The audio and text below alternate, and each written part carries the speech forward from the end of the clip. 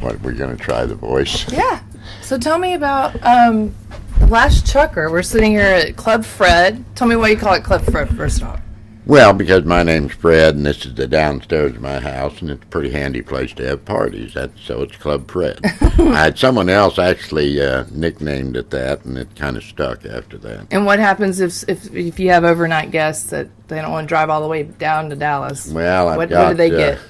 I've got 4 extra bedrooms in the house, plus a futon and 2 or 3 big sofas, and there have been a night or two when all of them were full.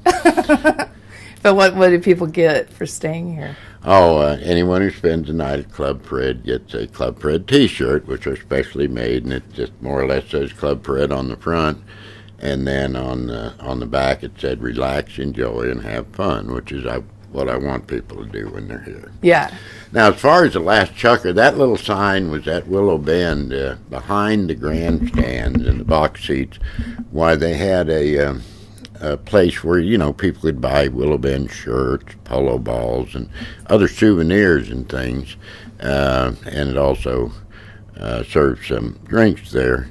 But that was the name of it, the last chucker. Was it upstairs or downstairs? That was actually behind the grandstand. Oh. Over at the Polo that's match. this side. So Okay. that's more or less the equivalent of a 19th hole at the golf course. Yeah. Which is what the bar is often called.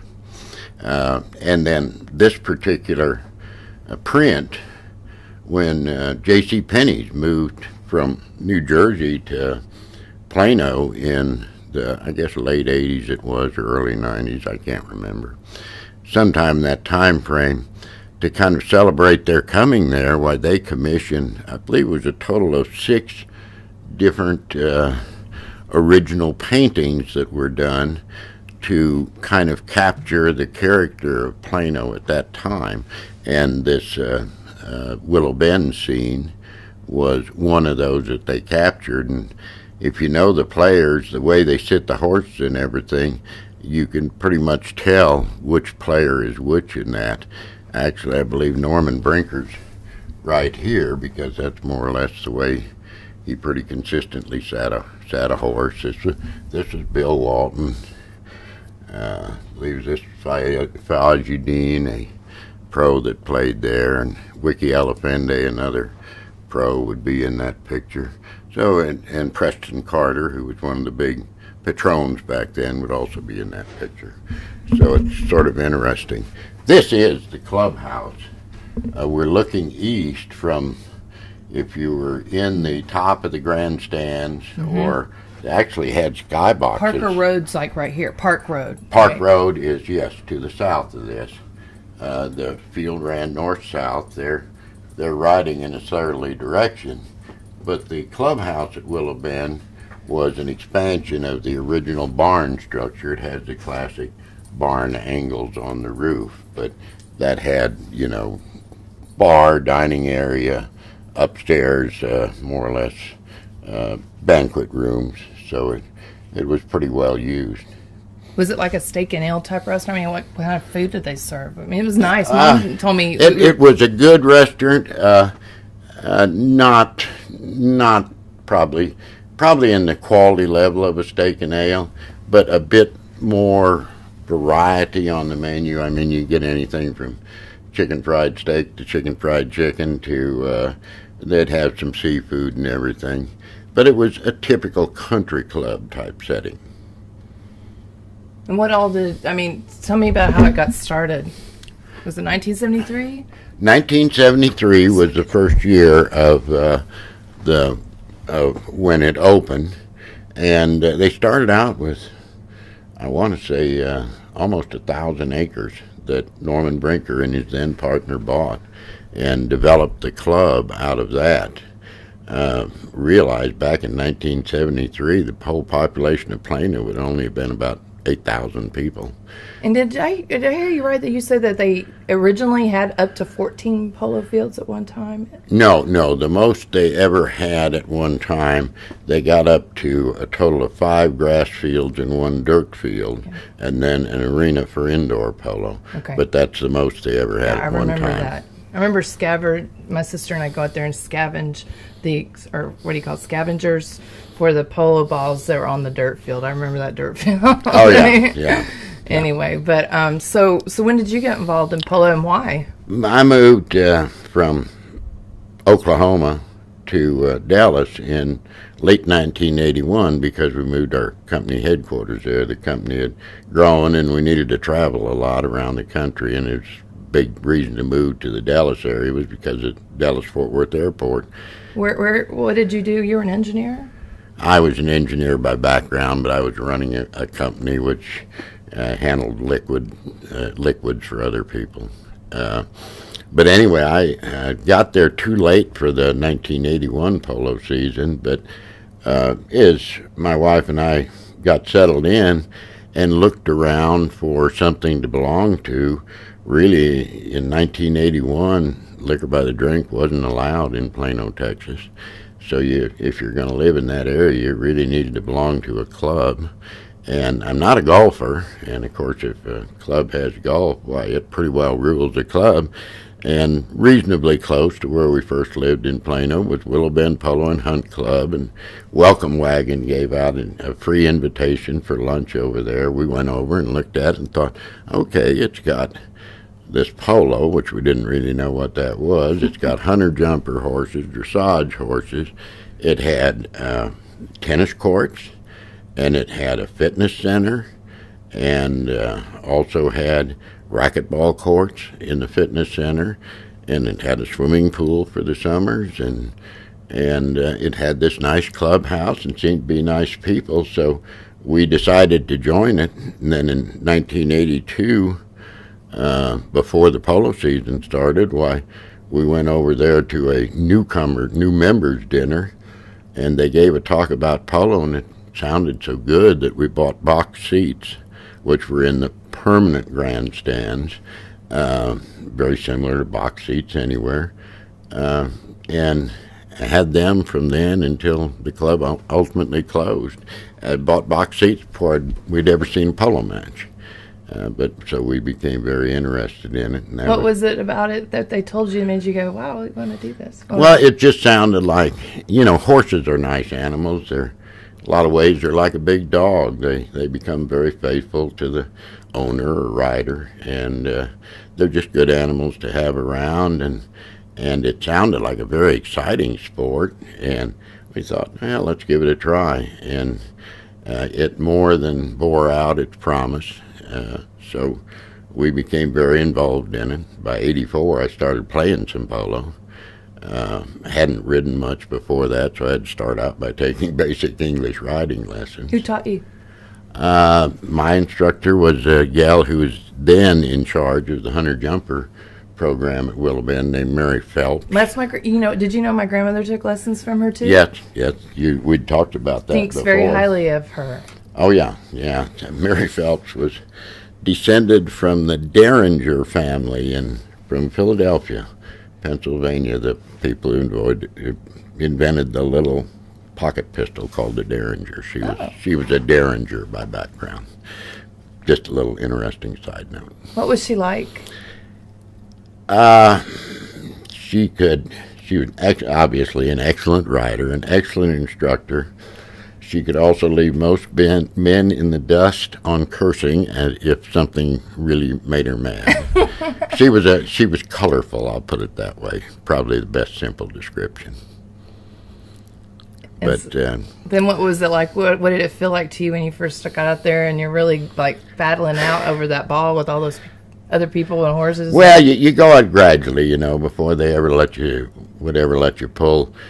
Carry a mallet on the horse while they didn't want you to swing it wrong and hit the horse and all those things. So you started out on Woody, and Woody was a wooden horse with a saddle on it, built in a chain link fence cage with concrete floors that had indoor-outdoor carpet on them. They were all sloped, so if you hit the ball, it would careen around on the chain link fence outer part, but it eventually come rolling back on one or other side of the horse. How do you keep it from hitting you in the head?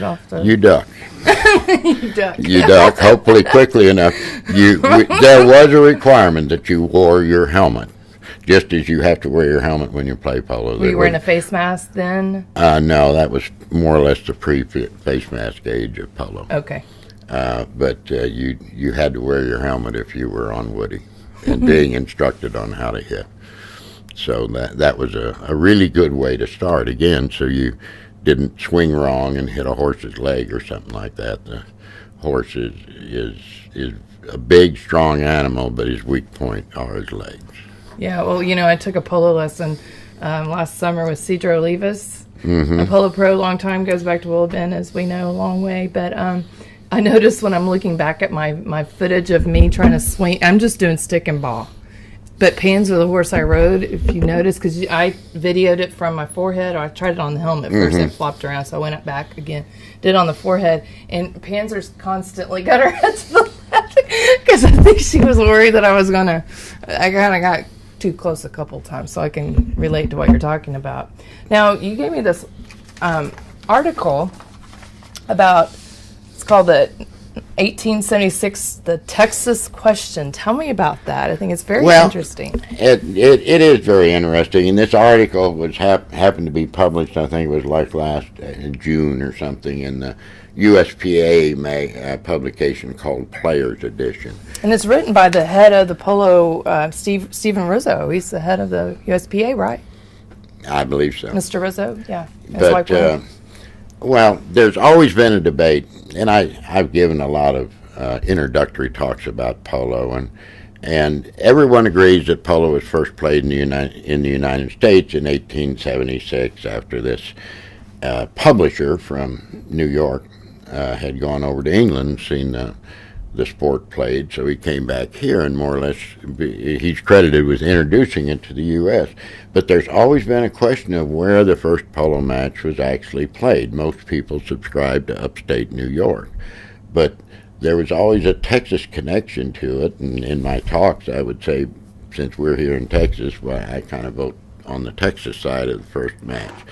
But you got to think back, 1876, that was a very important year for really two events. The first one that occurred was the Custer Massacre at the Battle of Little Bighorn in May or June of 1876. And then, of course, the 4th of July of 1876 was the 100-year anniversary of the creation of the United States of America, the signing of the Declaration of Independence. So you put that in context. That's a long time ago. But there's some credible evidence that there may have been a polo match played in 1876 up in Denison, Texas, which is only about 50 miles northeast of here. It's a small town. Yeah, and it's a small town. It would have been bigger at that time. Or really, you think it was kind of more of a hub than it is now? It would have been a market town. Realize small towns were more important back then because there weren't any cars or trucks. If you wanted to go to town, you went by horseback, and if the horse was walking, that's about 4 miles an hour. So really, if you look at it, around every 10 to 12 miles, there was a town of importance, and Denison was one of those. But anyway, there was an article in the Galveston Morning News, which at that point in time, that's pre the 1900 Galveston hurricane, Galveston would have been the biggest city in Texas. And that Galveston Daily News would have been the biggest newspaper in Texas, and there was a report of a polo match being played up in Denison. And exactly when or compared to the New York one, that's a little bit in question. Again, reporting something that happened in Denison, Texas, in a Galveston Daily News, telegraph would have been about the most advanced means they would have had to communicate that down, telegraph or the mail. Neither, of course, the mail wouldn't even be very fast. So it's not certain where it was played. There was no doubt that Bennett, the the editor, New York newspaper man, he apparently came to Texas, up to North Texas, and acquired some of the horses that ended up going to New York. The cow ponies were very adaptable to playing polo, and really at that point in time they would have been playing under more or less the old English rules or Hurlingham rules, that the maximum size horse allowed was 14 hands 2. Which is technically a pony, right? That is, by definition, any horse shorter than 14 hands 2 is a pony. Yeah. It was only years after that before they lifted that restriction. So he would have been definitely looking for the cow pony type pony to play polo on. Plus, these ponies that have been roped off of and things like that, they're used to things swinging around their head like the polo mallet gets swung on the hips and stuff. So it would have been very adaptable horse to polo. Right. Yeah, that makes sense. I don't know. To me, after reading this is very, Mr. Rizzo did a lot of research on this. It's a very great article. But my opinion is I think that the original polo matches, my opinion, just based on this, really wasn't, even though I'm a Texan, fourth generation Dallas, I think the first polo match was probably in New York, but the horses came from here. They well could have. I think one thing that article will convince you is the issue may still be in doubt. Yeah, I think it is. It is, and I think you're right. It has to do with, how amazing that even the Galveston paper would pick up a story in Denison back then.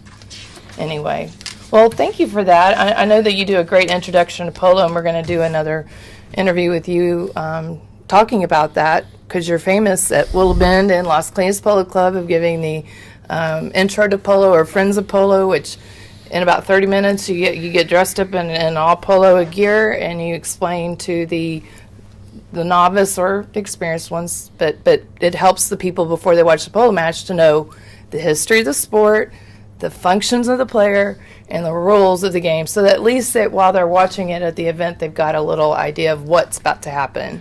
And so we're going to do that when we are in front of, I want to do that live in front of an actual polo match, so we'll do that a little later. As you know, I always enjoy talking about polo, and when I give that presentation, I try not to talk to the people. I try to talk with the people about it, and I'm always open to questions as I go along. But I think the one thing I can hopefully do for polo is get other people as interested in it as I became, and more or less my interest started from hearing a talk about polo before the polo season started in 1982. Yeah, and I like to tell people, Fred is a walking, talking encyclopedia of polo. You really, some, and I think it's your engineering mind, because you love it, and everybody loves Fred. They do. I know I'm making you blush. You're making me blush, but I'm always reminded of the old John Wayne saying. It said, talk low and talk slow, but don't talk too much. When I get on polo, I tend to violate that third rule. Oh, you do? Yeah, I do too. I don't know why I get so excited about it, but I do. Anyway, it's a cool sport. Anyway, but thank you for talking to me about this, and so we could share it with the world. With me, yes, with me. And it's neat to know. So again, this was downstairs was the clubhouse? Yes. Up here was the bar. You'd come in the south end. There, you were in the bar there. Okay. And then this back was the main dining room, and the small portion here on the rear was the actual kitchen. This was all banquet rooms upstairs, and they could really have literally 3 different functions going on at once, and once in a while they did. Or the whole club might be devoted to one function, except they really kind of had one thing, and that was they never closed the bar to the members, and of course you could eat in the bar too. No matter how big the function was, if a member wanted to stop in the bar, realize there wasn't a lot of places around in Plano to get a drink. And so the last checker you said again was on the grandstand side, behind the grandstand. Behind the grandstand, okay. Yeah. Well, I was only like 9 or 10, so I never saw that. Yeah. Okay, well, great. Well, thanks for telling us about it. Okay, thanks.